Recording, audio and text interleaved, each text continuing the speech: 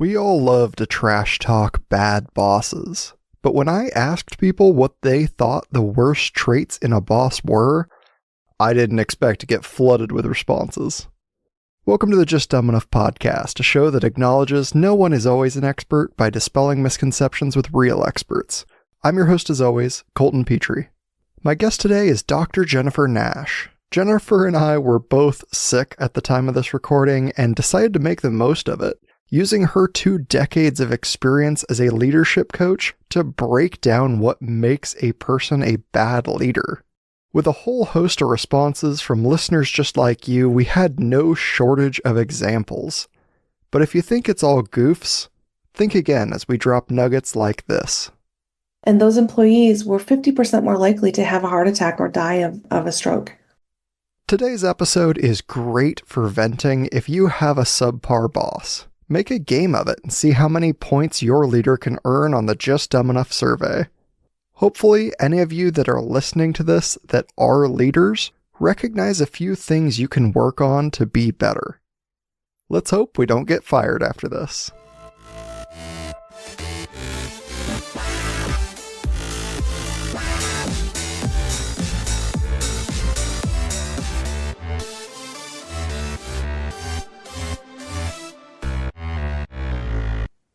Welcome to the show, Jennifer Nash. Thank you so much, Colton. I'm so excited to be here today. Yeah, I am so excited to have you on the show. Why don't you introduce yourself a little bit for the audience? Sure. So I'm Dr. Jennifer Nash. I am based in Austin, Texas. I am a coach, a consultant, a speaker, and an author of the recent award-winning book, Be Human, Lead Human: How to Connect People and Performance. And congratulations. Number one, being an author is very hard, but winning an award is awesome. Thank you so much. So how long have you been talking about leadership? Oh my gosh. So I've been in leadership positions in my career, throughout my career, for the better part of the last 20 years. So I guess in a way, I've been talking about leadership for more than 20 years. That's incredible. Did you always have a drive to be a leader, or is that just something that you kind of started doing one day? You know, I didn't necessarily always raise my hand and say, yes, I want to be a leader, but I often found myself in that position because people would be looking to me for vision or guidance or just, hey, let me run this by you. And what do you think? And so I often found myself in that role of just listening to people, helping them feel understood and creating a shared vision of, where we all wanted to go together and how we could get there. And so I think by default that turned into, being a leader in, different areas of my life. Sure. Do you think that's pretty normal? I mean, it seems like relatively common of a story where you're like, I wasn't looking for it, but it kind of became who I am. Yeah, I think sometimes we're on a path that we don't realize until we get there. And what's interesting to me is that when I was doing my research on leaders and what made outstanding leaders differentiated them from average leaders in organizations, the outstanding leaders would often tell me they didn't think of themselves as a leader. They didn't consider themselves to be a leader until someone else actually assigned that title or that identity to them. And it was so interesting to me to hear that because I thought, wow, like where is that actually coming from? But I think some of these abilities that these people had that made them outstanding are things that just came naturally to them, that were intuitive to them. It wasn't something that they had to learn. And I think for people who are, not in that outstanding category of leader, I think there's always an opportunity for you to move from where you are to become better. But it takes some work at some of the competencies that maybe you aren't as skilled at. And so I think what catapulted these other leaders like right into that outstanding category was that they were already innately good at these certain things that help them lead people effectively and drive results in organizations. Yeah, and it's one of those, I mean, I think it takes an extra level of awareness, right? Because you're like, if you're not thinking about it, you're like, man, I must be killing it out here. I'm a great leader or whatever.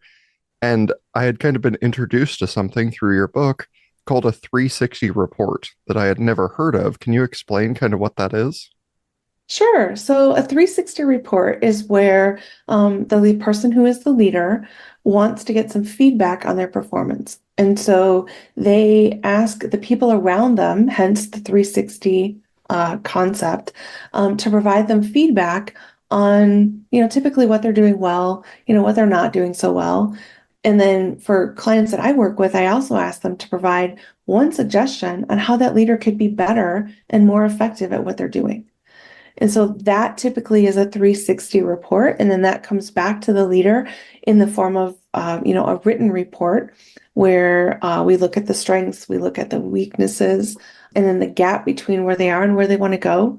And then building that out further, what does that look like from a performance plan, right? How do they get there and what are the steps that they take? So all of those pieces can be part of a 360. Sometimes they're all included, sometimes they're not.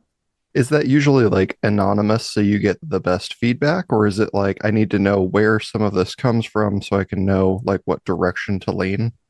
I think that's a great question. So most 360s I've seen are typically anonymous. The challenge with that is that to be anonymous, you like from a statistical standpoint, you need to have a certain number of responses in each category. So if someone has one leader, then clearly that's going to be pretty hard to anonymize because it's just one person.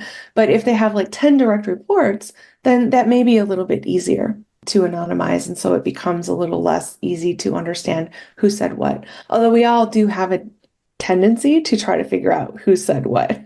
Of course. Yeah. Is that something, I mean, do you do this like once a year, once every couple years? How often is this something you should be looking at?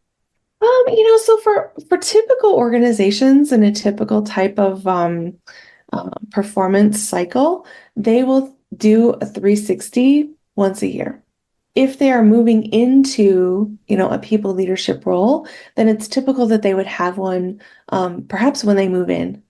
I will typically work with leaders who are in their position for about 6 months because I want to get that stakeholder feedback of the people around them, having seen them in action and having seen them, perform in different areas of the business. So then they can provide that feedback that's helpful and useful and meaningful when they start to give suggestions for improvement. Well, and obviously everyone hopes that they're like the cool boss that everyone loves, but that is probably not always the case. Yeah. It's interesting because oftentimes with these 360s, they're run internally to an organization. And so, people are typically very careful about what they choose to say on a 360 in case it does get traced back to them somehow. And so it's what I often find is that that information on the 360 isn't necessarily the true picture, and it isn't necessarily the full picture because people are typically afraid to share their true thoughts on something like that. And when it comes from HR, it's even more in that direction that people want to be very careful and they censor what they say. Gotcha. So if you're getting this report back and you're the leader, what are some of the worst things you could see on this report? Some of the worst things. Well, I will preface this by saying that the leader may not have the self-awareness that they could have or should have prior to getting this report. So one of the worst things they could see is that people don't like them, that they're not effective, that they don't treat people fairly or equitably, that they aren't supported, in their position with the vision that they have.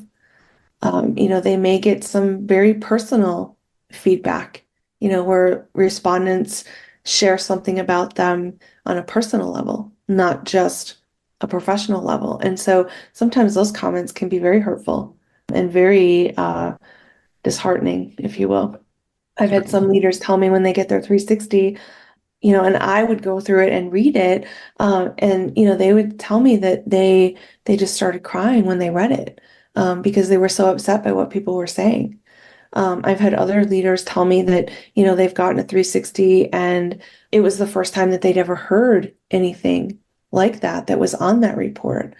And, in my book, I talk about, the example of John where he gets his report and he finds out that like people perceive him in a completely different way than he perceives himself. And in some ways, that could be the worst type of response that you get, because then you now are aware that the way you are being perceived in the organization is not how you thought you were being perceived. And that creates an identity gap, and then a decision of, now that I have this information, what do I do with it? Where do I go with this? This has like changed my world and turned it upside down. How do I deal with this? And as we were prepping for this, I had read something that really stood out to me where they had said, most people quit bosses more than they quit their jobs. And I Yes, thought that was like a really strong point to be like, it's not necessarily that you have a terrible job. It's just that your leadership becomes like unmanageable. exactly. And we know that from research. People leave bosses. They don't leave organizations. I can speak from personal experience. I left my last position because of, the leader that I had there. I have had other people come to me and tell me that, they just, the boss is making their world untenable. They can't deal with it anymore. They feel that it's toxic and they want to leave. And, organizations are comprised of people, and the people that we have the most often and the most frequent touch points with are the people who shape our perception of that organization. So when we don't like working for the boss that we have, or we're asked to do things that may not be proper or appropriate, and we don't feel that we're valued, by our bosses, it can have devastating consequences. That one of the stories I tell in the book is about this Swedish wolf study, where the researchers looked at employees who had leaders who didn't appreciate them, and those employees were 50% more likely to have a heart attack or die of a stroke. I mean, Wow. it's shocking, the numbers and the effect that that has with the direct boss's relationship with you. So I talk a lot in the book about, how can leaders build relationships, right? Leaders are in the business of relationships. Yeah. And we had reached out to get some responses because we're like, well, we're going to talk about bosses. And people overwhelmingly are like, let's talk about how bad our bosses are. And so we're like, all right, sure, let's go. And the amount of responses we had is crazy. So I'll start with that. But um, I figured we could talk about some of these, like the core complaints that were in there. And then maybe you can help us figure some of this out, like where it comes from and how to fix it. The first one, I think, is probably the most common. We saw it the most. It seems obviously bad. It's micromanaging. Yes. So, what do we think? How far does this go? And is it at some point like a reasonable thing to have coming from your boss? So micromanaging in and of itself is a coping mechanism for that boss or that leader to cover up their own deficiencies, in my opinion. So the micromanaging isn't typically about the employee. And I think it's important for the employee to keep that in mind. That response of the boss is typically something that it's their issue, they need to deal with it. And I think often it reflects a lack of trust, in the workplace, in the relationship. I've had bosses that are micromanagers before, and it is so hard to work with them because you feel like everything that you're doing is scrutinized. And oftentimes it's not right because you didn't do it the way they wanted you to do it. And it doesn't mean that their way was right or more effective. It just means that that was the way that they were most comfortable with it. And since people don't really like change, the boss wasn't comfortable with having a change in that space. So micromanaging is really hard at a tactical level. It's very hard to deal with when you're trying to get your job done. It gets in the way and it takes a lot of time. Yeah, I think most of us have probably experienced this at one level or another throughout our life where you're just like, look, I know what I'm doing. I need you to step back, leave me alone so I can do my job. Yes. And one of the things that this makes me think about is Taylor, right? Frederick Taylor. He's considered the father of scientific management, and he was considered like the first management consultant. And so Taylor was a mechanical engineer, and he wanted to optimize how people did their jobs. He wanted them to be able to do that more effectively. And so, you had people that had, created their own tools, created their own processes, figured out the ways that worked best for them to get their jobs done and get them done well. But Taylor came in and decided he could optimize that. Now, his heart was in the right place. He wanted to maximize profit for the company and he wanted to maximize income, take home pay for the worker. And so he devised, these time and motion studies where he would tell the worker how much pig iron to pick up, and then how many steps to carry that pig iron, and then when to set it down, and then how many seconds the worker should rest, and then, start that process all over again. And so he literally followed them around with a stopwatch, telling them and issuing them orders about what they should do and when. And so he had the right idea. He wanted to optimize the process and make it more efficient and save the company money and help the worker earn more money.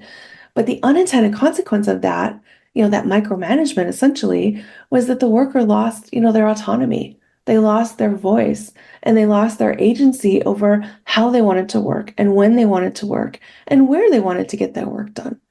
And so I use that as an example of, here's somebody who was taking a person who had done their job for a very long time in a very good way, and then all of a sudden they had to micromanage them, right? And they micromanaged some things to make them better, but they micromanaged a lot of it to make it actually worse.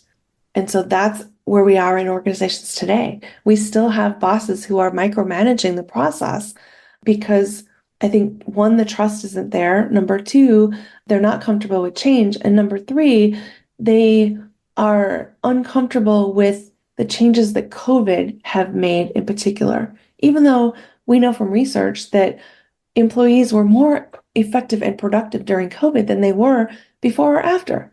So it's interesting to me. Well, and for anyone out there that's like, yeah, my boss micromanages, you're like, well, at least he doesn't have a stopwatch. That's right. Yeah, but a lot of organizations, they still use that time clock, right? You have to punch in on the time clock. Sure. Yeah. All right. So the next one, I had to title some of these because I'm like, I don't know what you call this, but I think the best fit here is one size fits all, right? Everybody gets the same message, everybody gets the same treatment.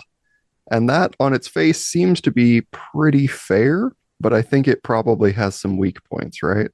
Yeah, so do you have a particular story that stood out to you from those? I didn't have any particular stories that Oh, stood out, but they were just like, it's not necessarily the way humans work. They're like, we don't all want to hear the same message. We don't all benefit from the same message. So this like very one note treatment, like kind of it helps some people. It kind of falls on deaf ears on others, and other people like take it poorly because it's not gauged towards how they receive information. okay. Yeah, so I think on one hand, like if it's related to the boss trying to share the vision of what's happening, yes, I do think that should be shared in a way that everyone has a shared understanding as the outcome. But since we know that people learn differently and they take in information differently and they process information differently, there needs to be a variety of ways that that information is shared so that everyone gets to the same outcome. So, for example, if someone is more auditory, right, in how they learn and how they take in information, then there should be some kind of audio message that is shared with the vision. But conversely, if somebody is more visual, right, then perhaps there should be like a document that is sent out that is written so that people can read what is there and process that and absorb it and acknowledge what is there. So I think taking into account how people prefer to communicate, take in information, absorb that messaging, is really important in helping people get to that same place of shared understanding. Certainly. All right. This next one I titled Rules for Thee and Not for Me. And that was named after all of the bosses that I've ever heard say, make sure we're working and not just talking, and then proceeding to talk with their favorites for extended periods of time openly. I think that was pretty by and large one of the responses that came in is they're like, they establish rules for conduct or behavior or time management and then don't follow them themselves. Oh, yeah. That's so common, right? Like do as I say, not as I do. And we even see that in like the parenting realm, right? We'll tell our kids like, "Hey, don't do that," but then we turn around and do it when we think they're not looking. So I think that is a common behavior, and it doesn't go over well, right? If you're telling someone, you as the leader and as the boss, you should be role modeling the behavior that you want employees to exhibit. And if you're not doing that, you cannot expect them to do that. Well, and that's very like a leadership role. And I had someone say this to me once is like living in a fishbowl where they're like, no matter where you're standing or what you're doing, expect people to be looking at you and seeing what you're doing. So you need to be like living the example that you're hoping they follow. 100%, 100%. I had one leader tell me, like, when you're the CEO of an organization, your face no longer belongs to you, right? Everyone is looking to you to see what are you doing? How are you reacting? What is your behavior, right? Does he look upset? Does he look sad? Is this a good day to ask him for a raise? Does he seem like he's in a good mood, right? Like all of these different things, like it all comes together. And so when you are asking employees to behave in a certain way, you, of all people, should be behaving in that way as well, because it's not fair and it's not right for you to ask them to do that if you are not doing it as well. Well, and there's an interesting touch point on there, about like attitude. Sometimes there is just like, they're short, maybe they've got a lot of things to say or do, or they're a little agitated. And it's like, you have to understand that comes back at your team. And unless you want everyone on your team kind of upset and agitated and, feeling a bit short about what's going on, like you kind of have to rein that in, unfortunately, more than everyone else. Yes, absolutely. Emotional self-management is one of the key characteristics of an effective leader. And when leaders are able to, manage those emotions, they can also help the team manage their own emotions. And we know that people catch, it's like you catch something from someone from an emotion standpoint in milliseconds. So, you call and you aren't feeling well today, or like I see on your face that like, something just doesn't look right. Like I see that, right? And I sense it. And I'm like, oh, what's wrong? Are you not feeling well today? Or what's going on? Like, did you just get some bad news? And leaders need to remember, like, people are watching, they're looking at you to see what's happening, and they're taking cues from you on how they should react in kind. So if you think about this from a parent and an infant standpoint, right? The infant or the child will look at the parent to see how they react to something, to determine what response they should give, right? So if a child falls and skins his knee, right, and the parent is like freaking out and like, yelling their head off, the child will start screaming because they've picked up on that. Okay, this is the right response. But if a parent says, "Oh, you know what? It's just a skin knee. It's all good, right?" And they maintain that composure and that self-management from an emotional standpoint, even though they're really scared, that will help the child feel that, okay, it's safe. This is okay, right? I will live. This wasn't something that is going to impact me forever, and I will be able to manage that and move on. So it's a capability that can be learned if someone doesn't have that. And oftentimes what we find is that, people don't have coping strategies. They don't have emotional self-management strategies that they learned growing up to help them as adults. Gotcha. No, I mean, that makes a lot of sense. And it's funny to think that, like, a good way to look at this would be to look at the people that report to you as like your children that are taking those fast cues from you, which that actually makes a lot of sense when you're like, yeah, at some level it's goofy, but I would say that, treat me like a child, expect me to emulate like what you're doing. That's a fair way to look at like my emotional state on a day-to-day base. Yeah, I would be careful with people like, saying that, yeah, we want to replicate that relationship in a way.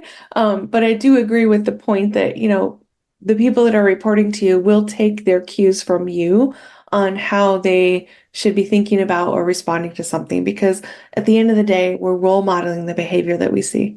Yeah. Well, and this last one bleeds really easily into the next one that I think was a big one that came through, and that is favoritism. And favoritism is like, we've all seen that as well. Is there any place for this in the working world? Like, even if you're like, well, I associate better with my best performers in the area, or is it just like, this has got to go? There can't be any. You know, I'm not a fan of favoritism in the workplace. I know it happens. I know it's rampant. I know that even when it comes to hiring, we hire people that are like ourselves because we see ourselves in them and we like that. I don't think it has a place. I think that people should be recognized and appreciated and valued for what they bring to the organization. And if those things are different than what you normally value as a leader or what you normally appreciate, as a boss, I think there is a space there for you to open your mind and be open to this different type of value that someone else is bringing. Well, and I can see that, being a challenge, especially if you're in leadership where you're like, well, I really enjoy, what this person brings. They've always got a funny story. They make me, feel better just to be at work for this day. So I enjoy this person. And then Mhm. recognizing like I cannot spend that much time around this person just because of, again, kind of that fishbowl effect. Like I can't be always near one person in the workplace because everyone else is going to be like, well, I know who the boss's favorite is. Right, exactly. And sometimes you think about it from a perception standpoint, right? If the stakeholders around you are perceiving that you have favorites and they are not in that inner circle, if you will, that causes a lot of other problems. It can cause low morale, it can cause low engagement, it can create chasms in the team that you're working with so that you no longer have a team that works together. And you may even get attrition because of that, right? So I think it's very, very important to be very attentive to how much time you spend with each person and that you are spending that equally and distributing that across the people on your team and not leveraging it all on one person or two people that may be your favorites or that you find you have the most in common with, for example. For sure. Like kind of a mental stopwatch to keep around where you're like, Yeah. look, I've seen the clock. It's been 2 minutes. I got to go. Yep, exactly. Yeah, that seems fair. All right. The next one that came up was not getting their hands dirty. So, when should a boss be working on employee level tasks, if at all? Because it was a common complaint where they're like, my boss doesn't understand what I do. They've never done this, or, they used to do this and they haven't for years. Like, they don't get me. And so the complaint I thought all kind of fit really well under that one, like, they're not willing to get their hands dirty. Mhm. So is it that they're not willing to get their hands dirty because that's one issue, or they shouldn't be getting their hands dirty because they are the boss? Well, and that's what I think is like, where is the balance in there? Because at some level, I would like to see, my boss has an understanding for what I do. They've at least done it before and they kind of get it. But on the other hand, I'm like, that's also not their job. Like, they're not supposed to be working on the floor. But, I feel like there could be some balance in there somewhere. I just don't know where it's at. Yeah. I think, if I had to go back and do the type of work that I did at the beginning of my career now, I would be very incompetent at that because it's been so long, right? I mean, it's been over almost 30 years. Like, I wouldn't remember necessarily how to do that. And so many things have changed since then. So, one of the things I think is really important for leaders to keep in mind is that when you surround yourself with competent, smart, capable, experienced people, give them the space to run and deliver in the way that they do best, and don't get in their way. And if they need support or they need guidance, I think there's a way to provide that without trying to roll up your sleeves and dive into something that maybe you haven't looked at in 30 years. So I think there is on one hand, there should be a willingness on your part to support, right? If somebody is out of the office or you've got a team that's down or something is happening and you need to jump in and support, I think you should be willing to roll up your sleeves and dive in. At the same time, ask the people that you're going to be helping, what is it that you could help with that would be most helpful, right? Because maybe they have a certain thing that you could do that would be helpful for them and they can focus on maybe the more technical part or whatever it is, right? Sure. On the other hand, as a leader and as a boss, your role is really to be a coach and facilitator. So to those leaders that are micromanaging and sticking their nose in and doing the work where, they're not letting the people do their job, I would say like, take a step back, like roll down the sleeves. Like why are you jumping in like this? What is causing you to feel like you need to jump in? Have they asked for help? Do they need help? Do they want help? Right? So I think there is a balance, but I think a lot of that starts with the communication and understanding, is there even any help needed? And if there is, what is it? And what would be most helpful for you to support in that moment?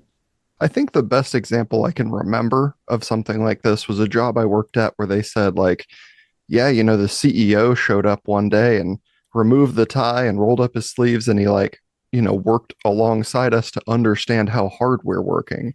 And they're Yeah. like, he did that for a couple of hours, maybe, but like Yeah. the impression that he had done it really carried a lot of weight. That they're like, he at least knows what we're doing on a personal level.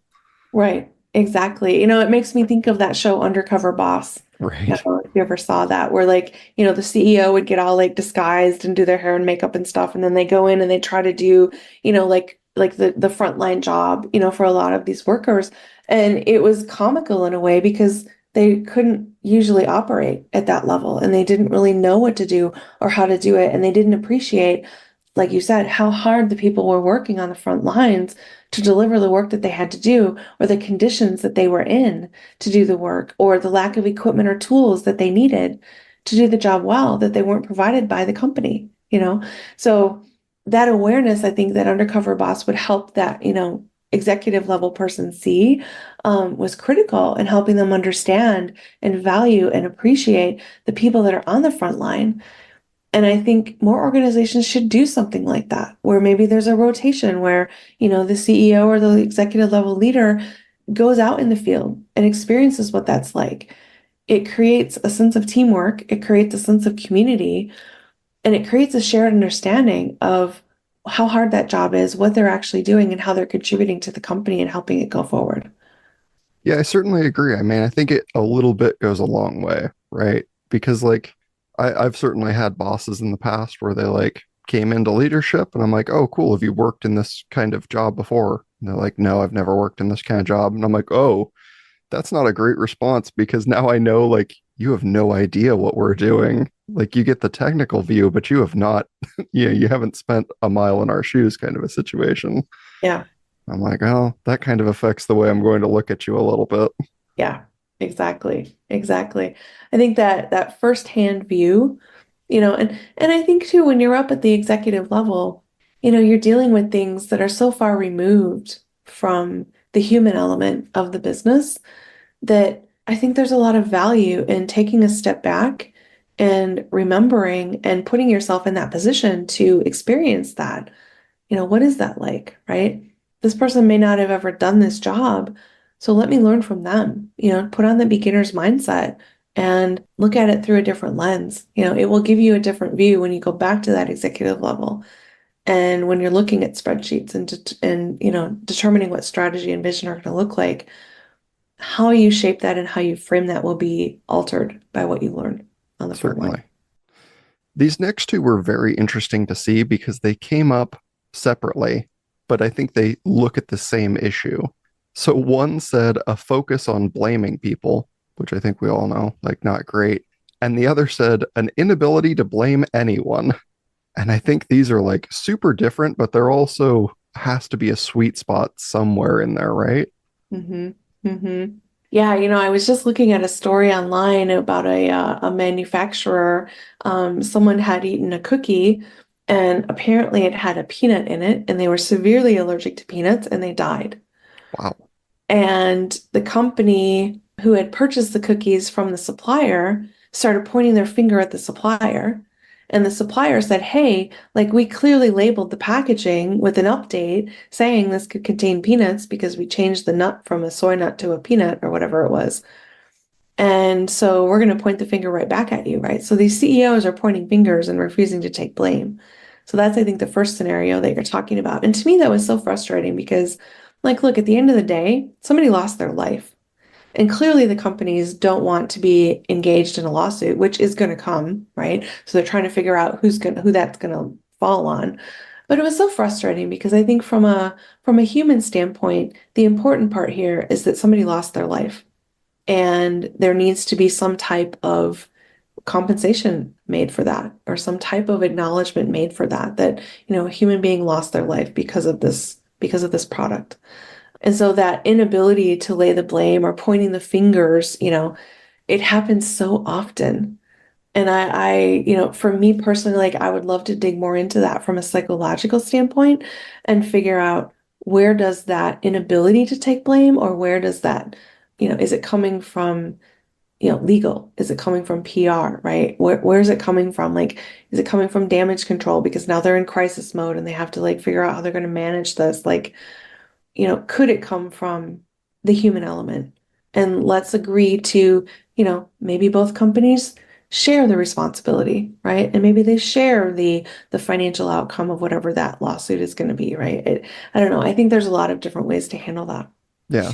Well, and hopefully not usually so severe, right? Like, hopefully Right. not quite loss of life stuff. But I do see, in reading them, like where they came from, because they're like, we work on, multiple teams, and team A is always messing up.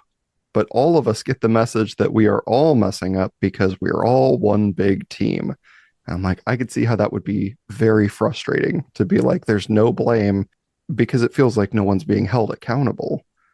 And on the Right. other side, people were like, they're not looking for solutions. They're just saying do better. It's like, that's not good Right. either. Exactly. And it's very frustrating to be in that position, especially when on the receiving end of that. I think some of that comes from the structure that we have in an organization to begin with and how we are evaluated and how we are rewarded. So when you look at the performance management system, typically it rewards people on an individual level, right? Because you have your performance review by yourself. You get to know if you have a raise or not, if you get a bonus or not, that kind of thing. But most work today is done in teams. And so, why do we have a system that is recognizing and rewarding people on an individual level when most of our work is done in a team-based situation? Like, I think organizations have a lot of opportunity to rethink how they do performance management and update it to what's actually happening in today's modern workplace.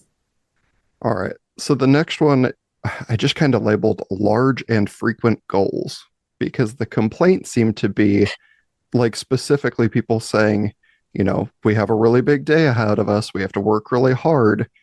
And it seems like the kind of thing that's a little innocuous where you're like, oh, hey, I know it's going to be really busy today. Like, we're going to have to work extra hard because our workload's very high. Uh-huh. But isn't there a point at which, like, saying that to your team too frequently kind of increases the amount of burnout that they're always being overloaded?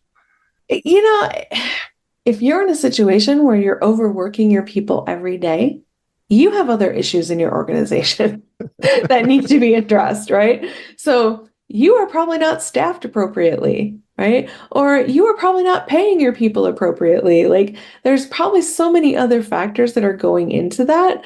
And like, so it makes me think of this one example I just saw where like this person was like doing three jobs, right? Literally three jobs in their organization. And she was like at an executive level.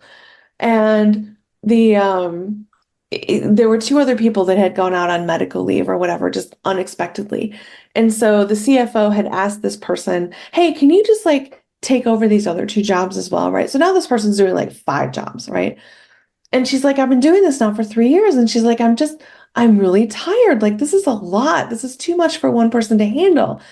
And so she's telling the story about how the CFO wanted to recognize her for her work and was the CFO was telling everyone how they were doing this great thing, this great appreciation thing for this person who was doing like five different jobs, right?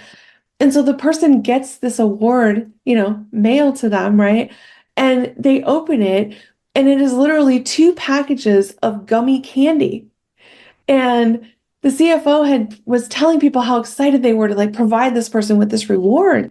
And the person was like, "What the hell? Like, I'm doing like five jobs and saving you all this money and working my butt off and working so many hours every day, and you send me two packages of gummy candy? Like, that doesn't even make sense in my world." Like, so I read that and went, okay, first of all, the CFO had their heart in the right place. They wanted to do the right thing for this person who was, working so many hours and working all this extra, working above and beyond, basically. So great for them, right? Their heart's in the right place. The intention was there. But on the other hand, like, why didn't they just freaking ask the person what would they have wanted?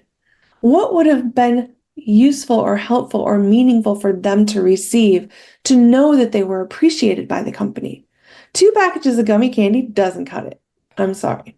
So what could they have done differently, right? And so I think, this goes back to this question that you're asking, right? Like all these hours and like insisting that people keep doing this day after day after day. You've got some culture issues in your organization that you need to figure out. You've got staffing issues, you've probably got pay issues, and you most likely have attrition issues too. So take a step back and start to think about what is it that you need to shift and change to help people only work an 8-hour day, right? Stop asking them to do more than they should. An 8-hour day is a lot for anybody. So I have a lot of strong feelings on that, but I think the gummy candy story just like put me over the edge with that because it was just so ridiculous. Yeah. Well, and I can imagine being that person. And now you're thinking about like how long you've been working at this and how hard you've been working. And you see like 2 bags of gummy candy and you're like, okay, if I equated this to my salary, like they've compensated me for about 15 minutes worth of my labor. That's right. And probably not even that. Yeah, probably not even that. But Yeah. like giving them the benefit of the doubt, maybe they're big bags. I don't know. But like that would be the mindset that would come to me as I'm like, man, the amount of hours that I have put in, like Yeah. this doesn't even scratch the surface level. No. Like in my mind, what I think would have been a proper like compensation or proper appreciation would have been like a plane ticket, for your entire family to go somewhere and take a week of paid vacation, that was above and beyond like what this person had already from the company. Something like that, I think would have been way more appropriate, especially given all the roles that this person was filling and all the money the company was saving by not hiring 4 other people. I was gonna say that's the compensation I want, an assistant. Exactly. Yeah. And I get, I think this kind of leads really well into the next one too, because there is like sometimes you got to fill weird gaps, but this one kind of broke down to promoting from outside of the team. And I think it happens a lot when you have like two very strong candidates apply, right? And one of them is an outsider to the team, but has a lot of credentials. And the Mhm. other person maybe doesn't have as many credentials, but has like an outstanding reputation inside of the team that they would be running. Seeing Mhm. that first person get picked that like is the, quote unquote outsider can be kind of demoralizing, not just for the person that didn't get it, but for the whole team that was standing behind that person. Yeah, absolutely. I've seen that happen many times, in organizations. I think sometimes there's a tendency on the hiring team or the hiring person's perspective to think that, somebody that has a credential coming from outside maybe brings a breath of fresh air, maybe brings a different way of thinking, a different way of looking at something, and maybe those different perspectives are what's needed in that team to help them bring their performance to the next level. I don't know, right? I'm just suggesting ideas here. On the other hand, it doesn't make it any easier for the person who didn't get the job, who has already been in the team, understands how it works, understands the process, understands the organization, right? They have a lot of benefits there as well. And so it's a tough position to be in, honestly. And I think sometimes there are some reasons why it's good to bring someone in from the outside. And I think other times there are reasons why it's not good, you know? Well, and I think this one goes hand in hand. I saw a couple of these sprinkled in there, and I'm like, I don't really know how to fit these in, but this is, I think, a good spot, which Mhm. is, can you train this person we just hired to do the job we didn't hire you to do? Which,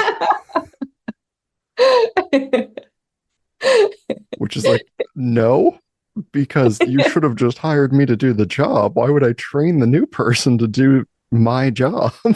Right, exactly. Yeah, that's typically that's like that's a lack of communication between like the hiring manager and the HR team who's bringing the person in. Yeah. Yeah. All right. I think this is kind of one that, I mean, it gets touched very early on in your book, but I think also came up quite a bit in responses was expecting to be liked or going out of their way to be liked. Like everybody wants to be the boss that people like, right? But there is such a thing as trying too hard. Yeah, there's so many movies that like portray the bosses with those different attributes, right? And it's pretty hilarious when you see that happening. I think at the end of the day, we're all human. We all want to be liked. We all want to be appreciated for who we are. We all want to be seen and heard. So this tendency to want to be liked, it's a natural human tendency. We all have that.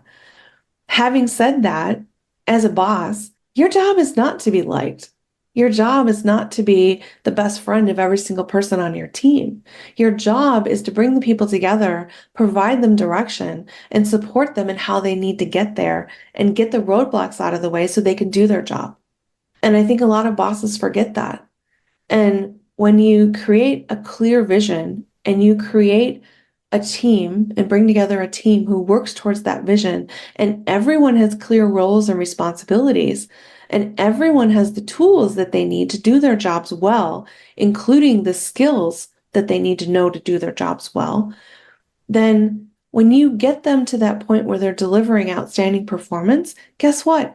They're going to like you, right? It becomes that instead of it being the goal that you have from the outset, shift that goal to empower your team with what they need to do their jobs well. And you're going to fall in the good boss category, you know? If you're a jerk and you don't give them the tools that they need and you play favorites all the time and they don't perform and then they get poor ratings and then they get fired, well, clearly you're going to fall in the bad boss category. Yeah. Well, and that kind of plays into, I'd seen a lot of these that were like the boss is the king or the boss is a Yeah. dictator. And I Yeah. think that all comes down to like the unquestionable authority of being in charge. And you're like, sometimes you got to realize, like, again, if you don't work on their level, you don't do their job, like, you might not know best. Maybe take some hints from the people that are working, directly reporting to you that they might know what actually needs to be done. But I think, Exactly. we've all had that boss that's like, no, what I said is correct. There is no alternative. Yeah, that thinking and that mindset is so outdated, Colton. It just infuriates me that people still have that mindset that, like, oh, because I have the title of leader or because I am the boss, like, I know best. And newsflash, you don't. The people that are doing the job and are in the trenches, they're the ones that really have the skinny on what's happening today. And the people that are stuck in that mindset of like command and control, and I've got all the power and I'm the leader, so like I know best and I have all the authority, they're not the ones that are going to succeed going forward, right? The role of a leader has shifted to be a coaching facilitator for somebody who can help their team achieve their potential and deliver outstanding results.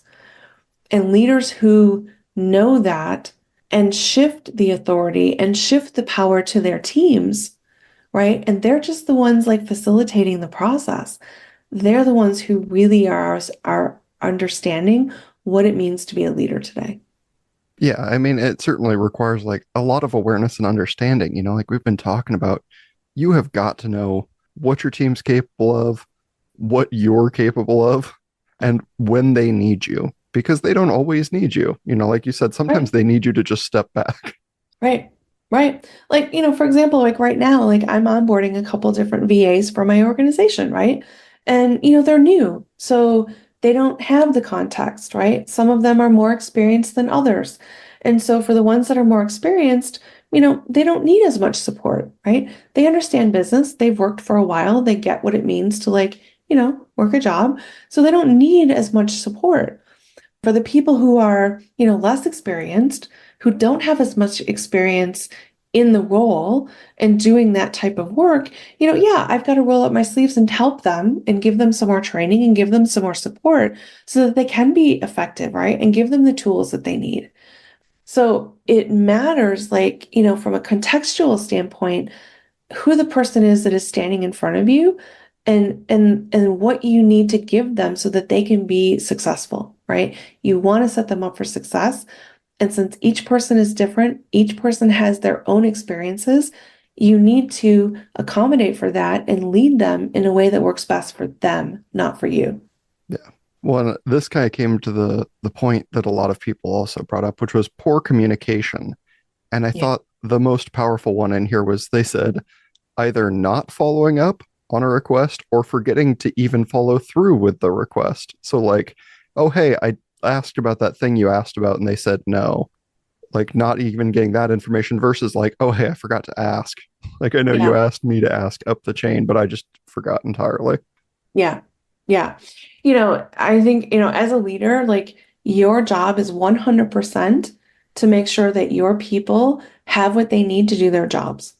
So if you aren't following up on a request, or you forget to tell them about the request, or you even forget that there was a request, that's on you. And so if you have too much on your plate and you're not remembering those things, write it down. Put a note in your calendar, right? Put it in your phone and set a reminder automatically. Like, do whatever you need to do to be sure that you're on top of your game so that your people can be on top of their game. Yeah.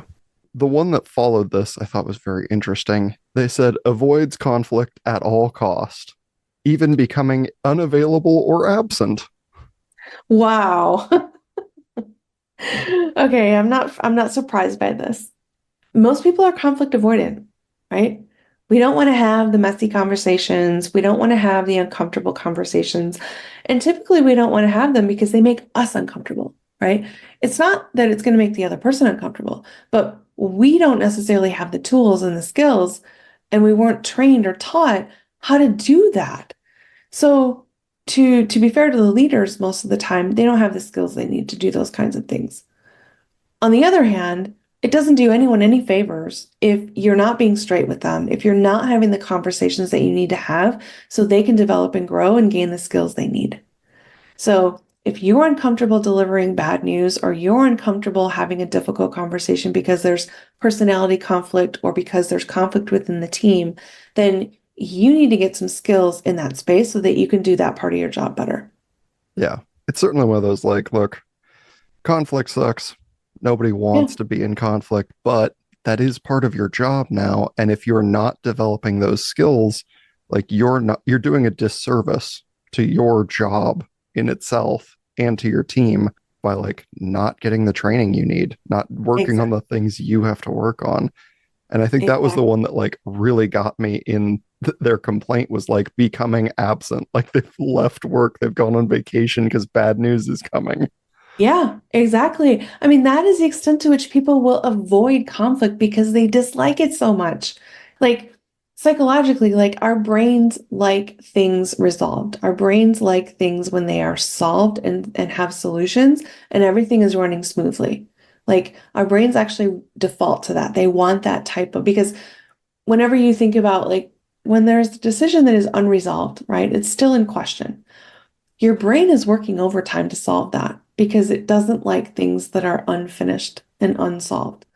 So conflict is the same way, right? It might be really uncomfortable to do it, but once you do it and you get through it, then you're in a space that's better on the other side, and things are more harmonious and things are more calm.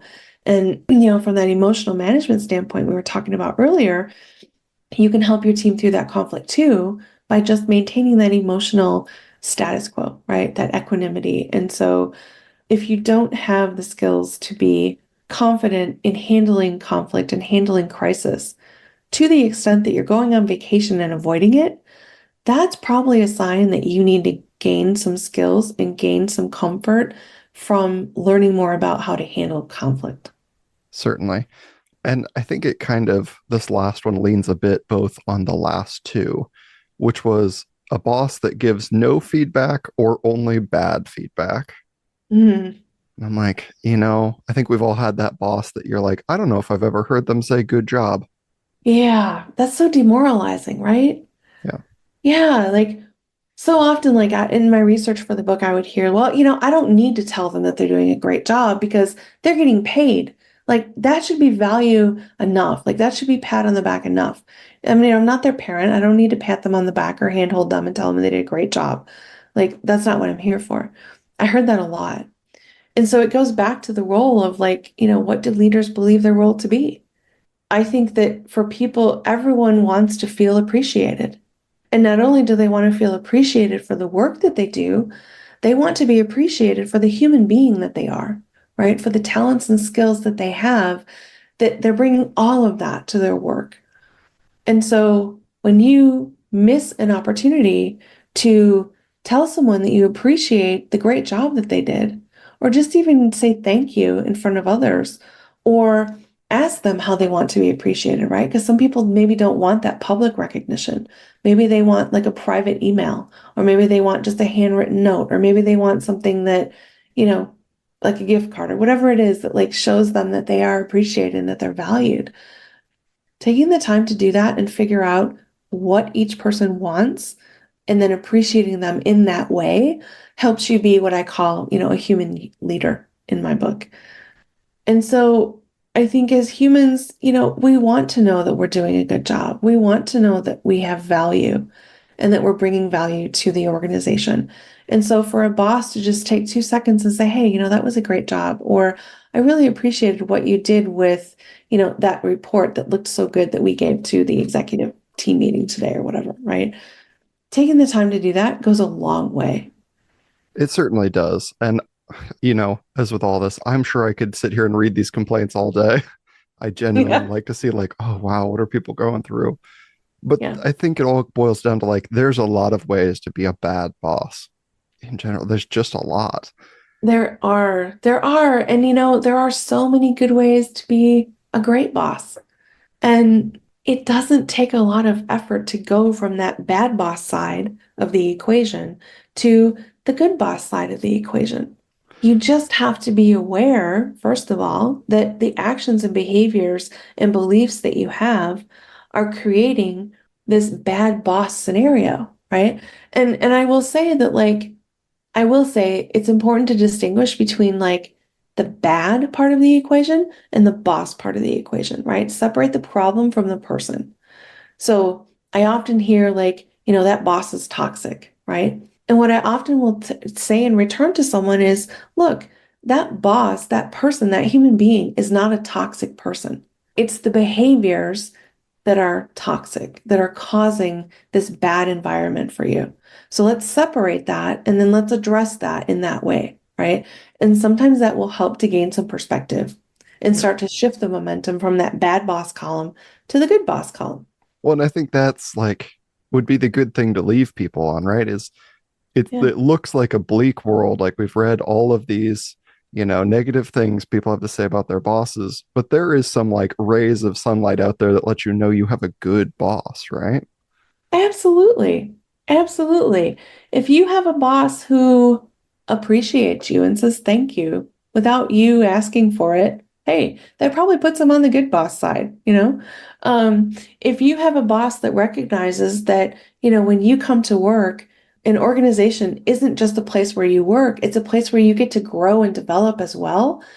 You probably have a boss on the good side. Um, if you have a boss who understands that, the relationships that they have at work are fundamental to getting the work done and creating a space that is psychologically safe for you to take risks and giving you that air cover when things maybe don't work out like you expect them to work out, you probably have a boss on the good side. If you have a boss who trusts you right from the beginning, he says, look, I trust you to do your job. I trust you to get the work done. I trust you to get the work done in the way that works best for you. You probably have a boss on the good side of the equation. So there's a lot of rays of sunlight there. And I think it's really, really easy for us to just focus on the negative. Having said that, I think there is no shortage of opportunity for bosses and leaders to work on their capabilities and work on their skill sets to move to that good side of the boss equation. Certainly. Well, Dr. Jennifer Nash, thank you so much for this. I know this has been super fun for me and I've loved hearing about all this. I wanted to make sure people could find more from you if they're looking to hear more. Certainly. So if they're looking to learn more, they can find me at my website, which is drdjennifernash.com. And they can also find my book on Amazon or wherever they prefer to purchase books. Awesome. I will have links to those in the show description so people can click on them very easily. Remember, if you buy this book on Amazon, please leave good reviews. That helps your creators find more people. Thank you again for being here. This has been great. Oh, thank you so much, Colton. This was so much fun. We should do it again. I hope you've enjoyed the boss bashing bonanza without being left feeling hopeless. Everything we've discussed today can be fixed if the leader in question has a desire to fix it. In other news, the May rankings have changed just a bit since last week. Number 1, the United States, still led by California, Georgia, and Oregon. Number 2, England of the United Kingdom. Number 3, Australia, with New South Wales holding the lead. Number 4, South Korea. And number 5, Canada, returning the favor from last week and bumping Ghana off the list. That's it for this week. Have a great week, a great weekend, and I'll see you all back here next week for another new episode. Until that next episode, pretty please do all those things that help the show grow, like rating, reviewing, liking, and subscribing. Remember, you can reach out to dumbenoughpodcast@gmail.com or on any of the social medias if you want to reach me personally. But most importantly, stay dumb.